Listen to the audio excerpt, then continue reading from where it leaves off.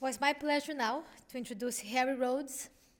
Harry is the executive director and co-founder of Growing Home, Chicago's leading organic agricultural social enterprise focused on empowering people and communities.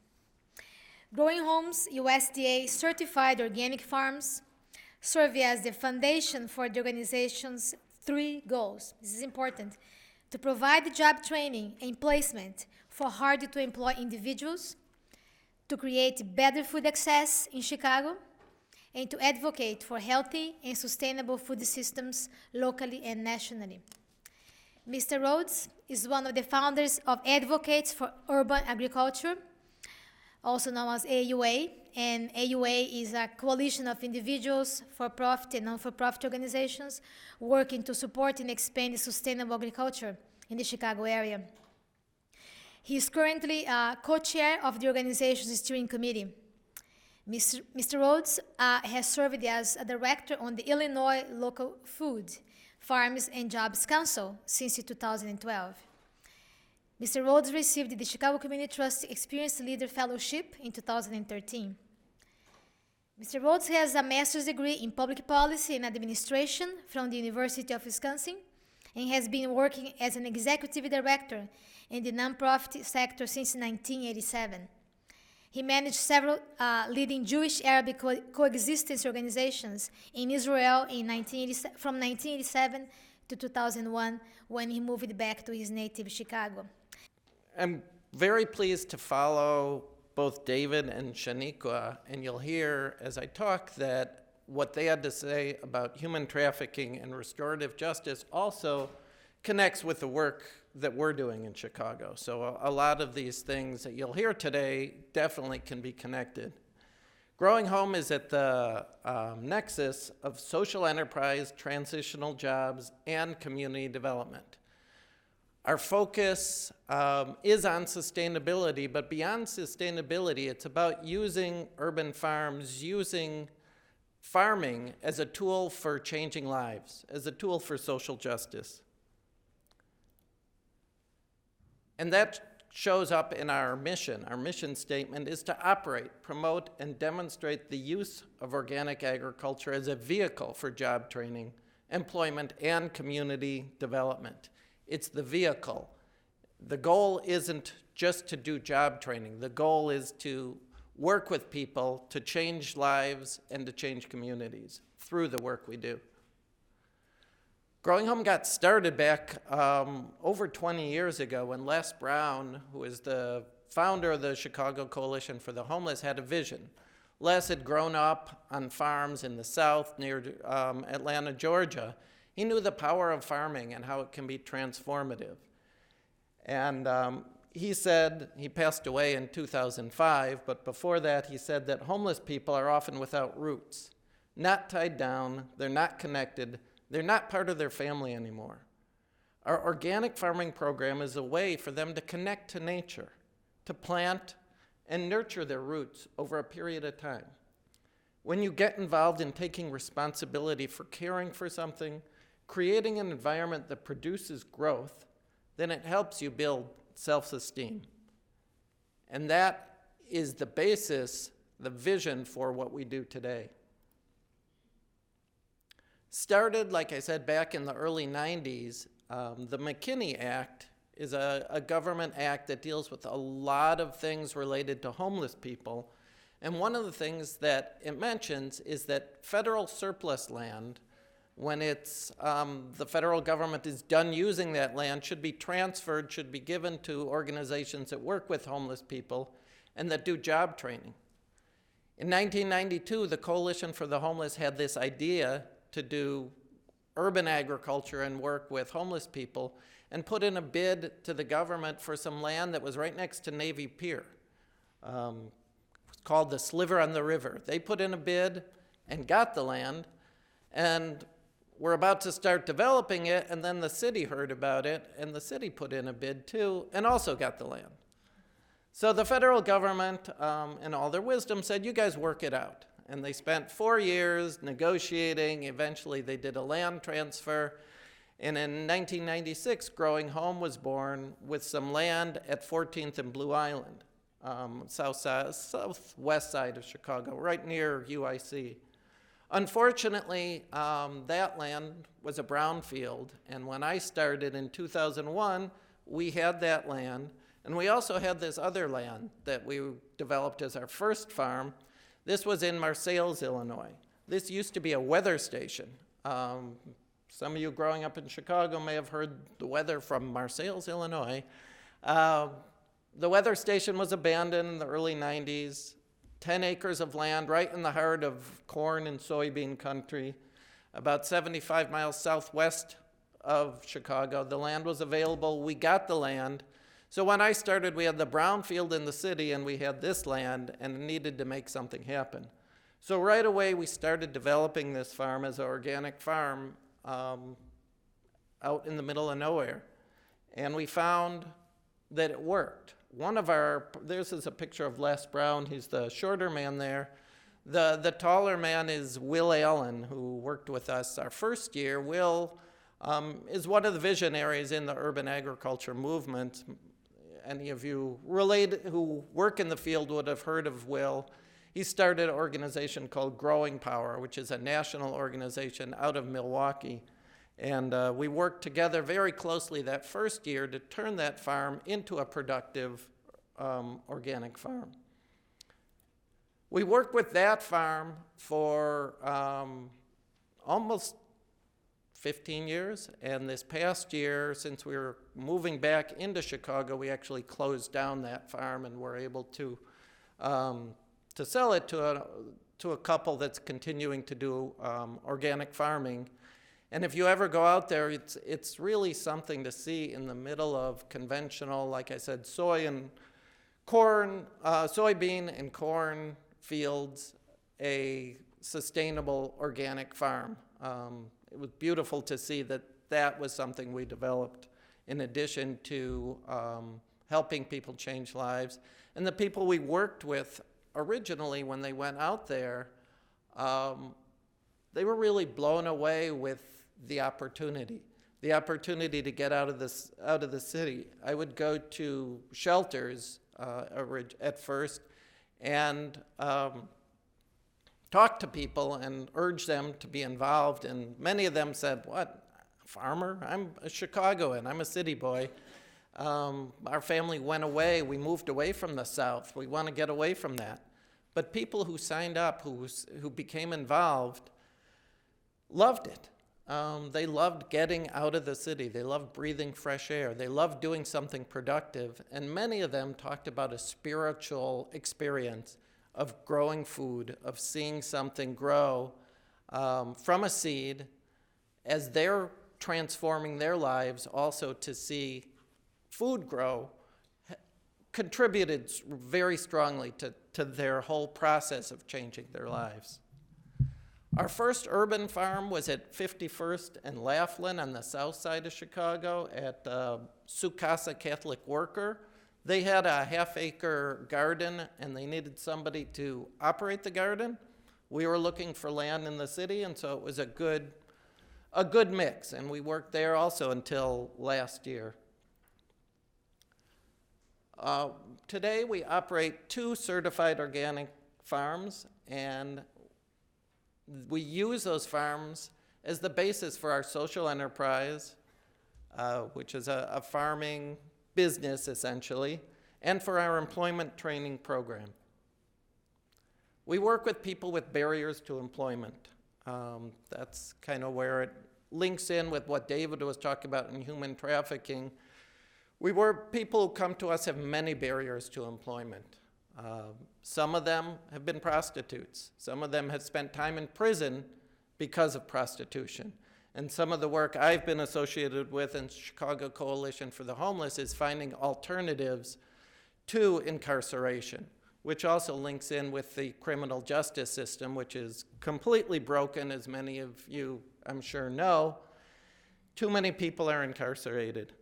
And looking for alternatives to incarceration using things like restorative justice can help fight those issues. Finding alternatives so that people who have been forced into prostitution, instead of being incarcerated, they're given other choices. They're sent to growing home so that they can learn something productive and get jobs and become productive members of our society. Many of the people we work with have been homeless. Most have been incarcerated, or if not incarcerated, they have an arrest background. We work with them on changing that and giving them new opportunities. Many of them have a history of substance abuse or mental health issues that they've been dealing with. People who are recovering from substance abuse can relate to growing organic food. They've been in a process of cleaning their body of chemicals, cleaning their body of substances. And when we talk about eating food that doesn't have any chemicals in it and eating clean food, there's a connection there that is very powerful for the people that we work with. This is our farms. Our two farms now are in Englewood. This is one of our farms. And this is the greenhouse. It's a very small area. Altogether, we have 1.5 acres, but we do a lot in a small area. I now have a video I'd like to show you, if I can.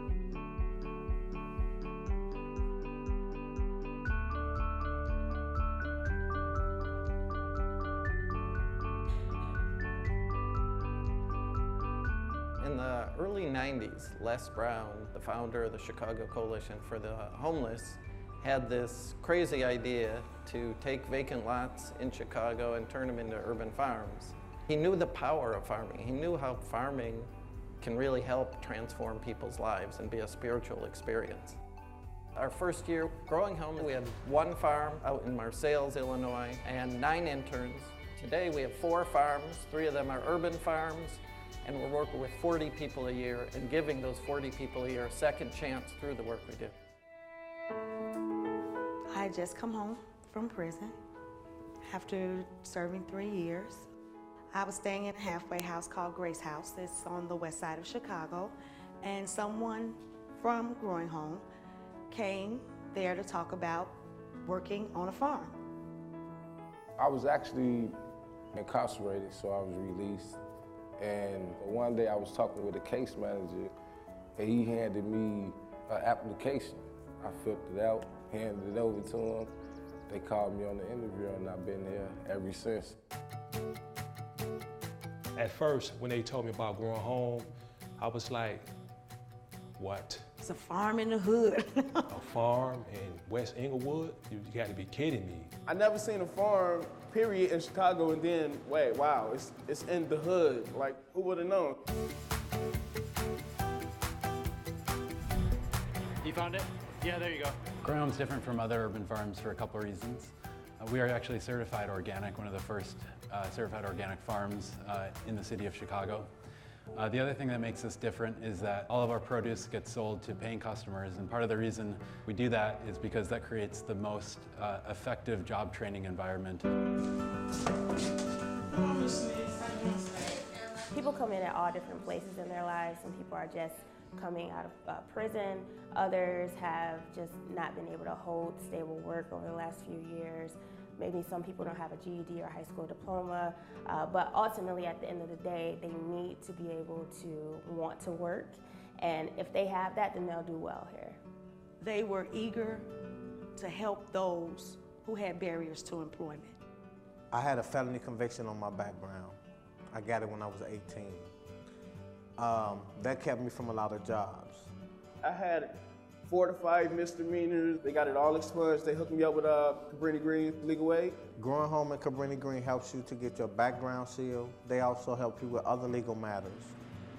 Growing Home, I went there and I grew. I grew to be the man that I am now, and I'm able to do more for my family now. I can take care of my little sister.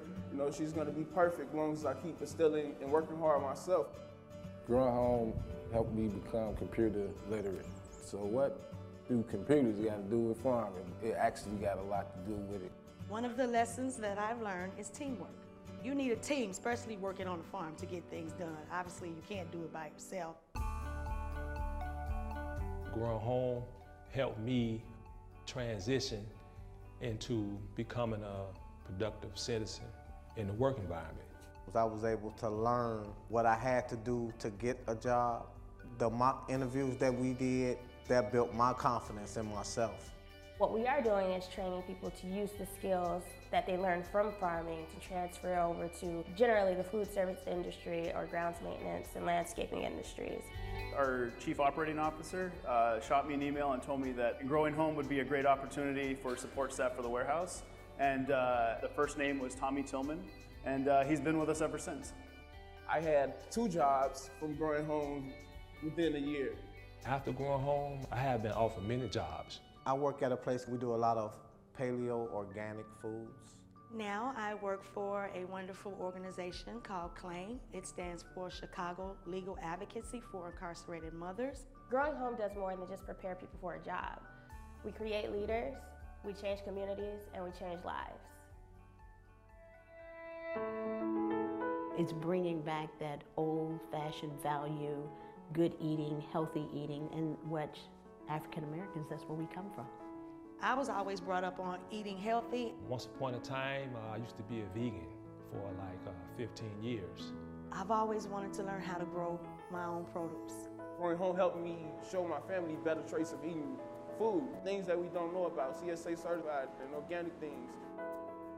Englewood deserves high quality food because we've been living in a food desert for the past 40 years or so. You walk to the store, there's no fresh produce. You have the nacho cheese with the hamburger meat and the sodas. We have to get America, just not Englewood. We have to get back on the path of eating healthy. Since we moved in here, it's about creating community through food. We've been working here for 10 years now, and we are truly committed to Englewood. That's the most important thing. They have brought healthy, fresh vegetables to a food desert, and we're grateful for that.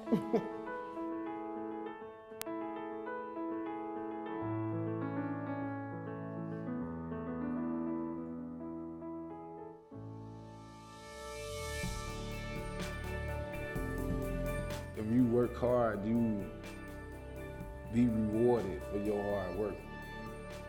This is my hoop house. I'm planted, I'm grounded. They're always willing to help you when they see that you're willing to help yourself. So growing home is home to me. It's called growing home. You have to grow.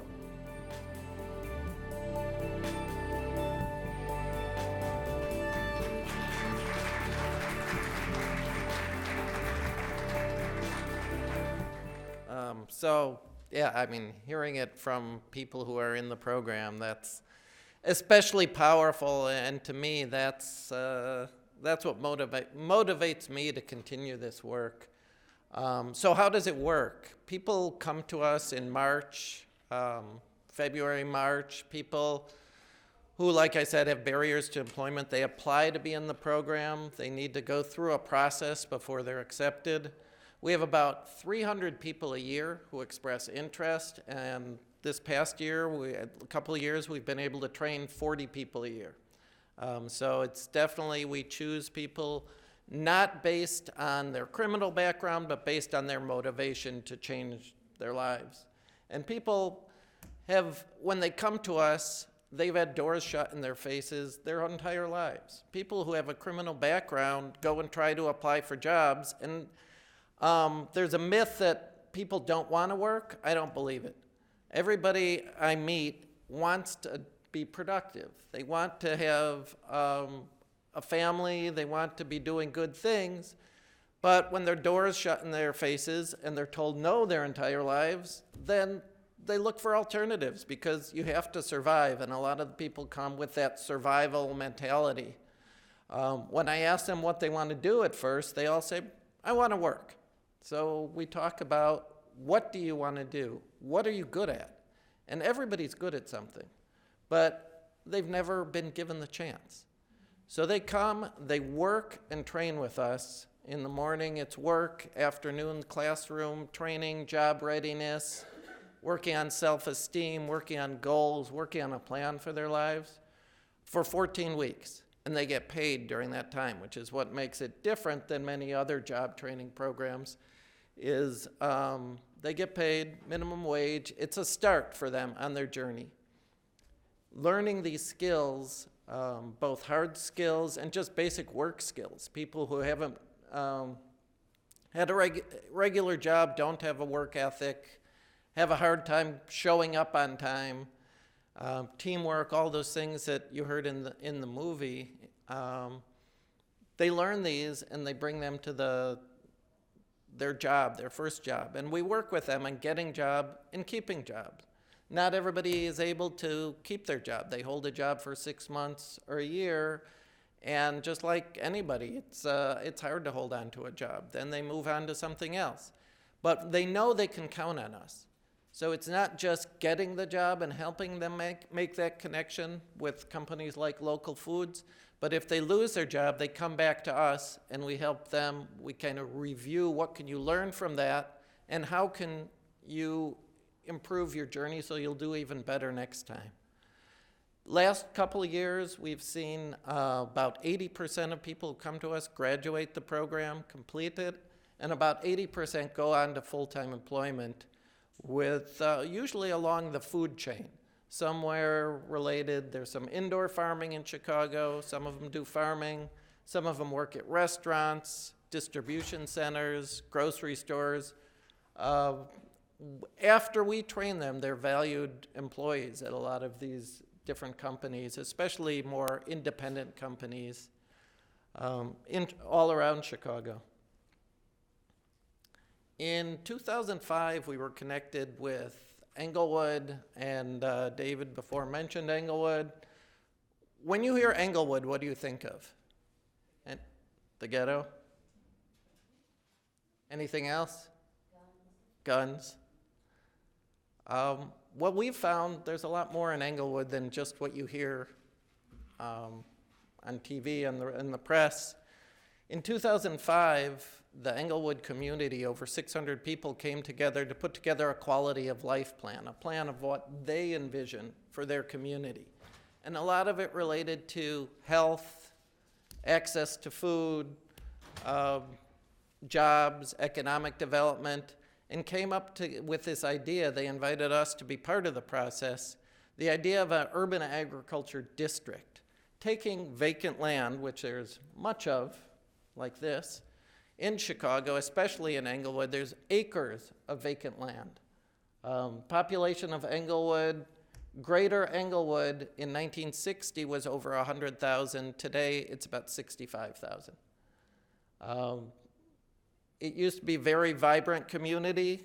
Through this quality of life plan, the idea is to, again, make it vibrant. So take urban farms, turn them into productive space. This was our first farm. Our Wood Street urban farm had been vacant for over 30 years. And we started working there in 2006. And then this is 2011. 2009, we had our grand opening. We built a building there. And it was the catalyst that started a lot of change, and that started this idea of the urban agriculture district. Of course, if you want a district, you need more than one farm. So we started looking at land nearby, Extension Farm, Kitty Corner, and got that land in 2011, 2012. Today, we have about 1.5 acres of land, and we're producing on that 1.5 acres over 30,000 pounds of food a year. This was the Honore Street farm, our second farm, again, vacant. We worked with the city of Chicago to do the site work to prepare it. It's more than just taking the vacant lot. You can't grow in the land because it's been polluted, contaminated, so you need to build up. You need to bring in tons of compost in order to make it happen. And our farms are year-round farms. This is called a hoop house. It's an unheated greenhouse. We have 5 of these. And with these unheated greenhouses, we're able to plant beginning mid-February, harvest from March through the end of December. It's basically year-round growing. There are things that do well in this weather. If you go out there today, you'll see spinach, lettuce, all sorts of greens that are hardy and that do well in the cold weather. We have groups come through. What we have there is pretty unique. It's the only certified organic farm in Chicago, and it's one of a kind, so people come from all over the country, in fact, all over the world to see the work that we're doing. We found as we were developing this urban agriculture district that it takes more than just saying you want to do it to make it happen. Our first year, 2007, we put up a farm stand, accepted food stamps, thought that everybody would come, that everybody would want to purchase what we're growing. We found it's not that simple. You need to do a lot of outreach, a lot of education, a lot of work to bring people in, to make them realize what we're doing is positive, so that they know it's not just positive, it's about changing their community and creating safe space. The more vacant lots are turned into productive space, the less space there is for people to be hanging out, getting into trouble, dealing with drugs and other criminal activities. So we've developed these 2 farms. We've also supported, part of the idea of the urban agriculture district is additional farms. So a few blocks away, there were 2 or 3 vacant lots, smaller, that we couldn't use, but we found a community organization that wanted to have a community garden there. Today, these Hermitage Gardens have about 90 families involved. Each one has their own plot and they're growing food. And it's part creating community and, again, creating safe space. And this past year, this group created a veterans meditation garden right across the street.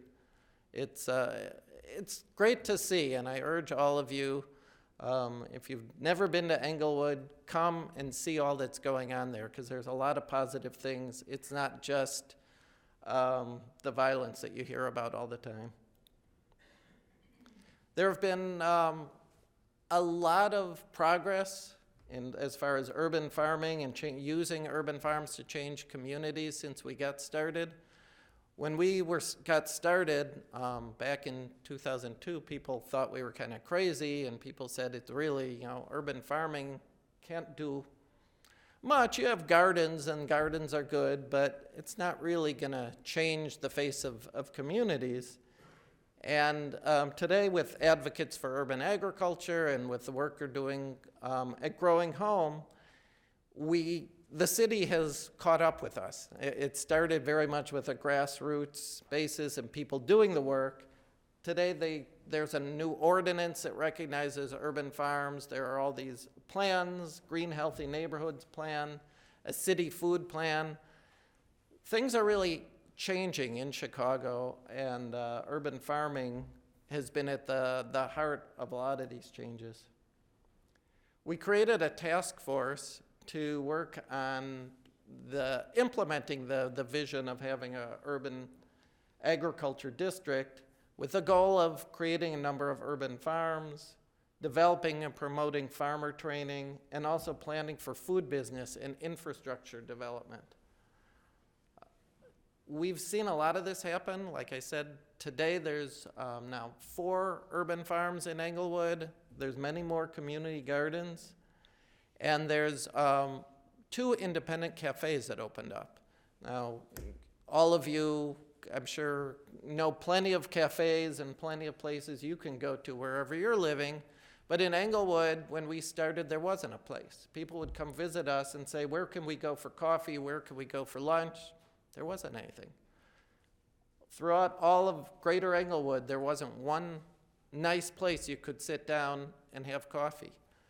The Kusanya Cafe opened 2 years ago, independent cafe. They're starting their own roaster for coffee now, and it's a vibrant community center.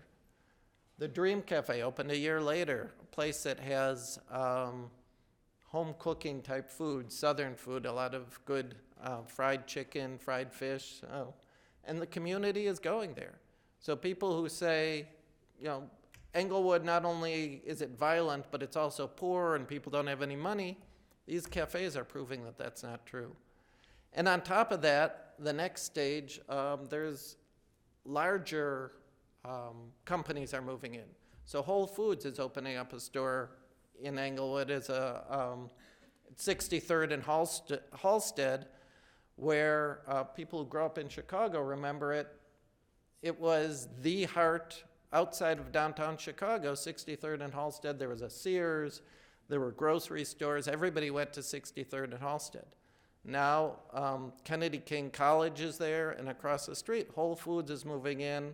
There will be a Starbucks, Chipotle, all using farms to change the community and create, if we could create a couple hundred jobs from urban farms, these other food enterprises are going to create hundreds and thousands of jobs. And that's what the community most needs. When people graduate from us, they have to go other places. Many of them have to travel hour and a half, 2 hours to get to a job.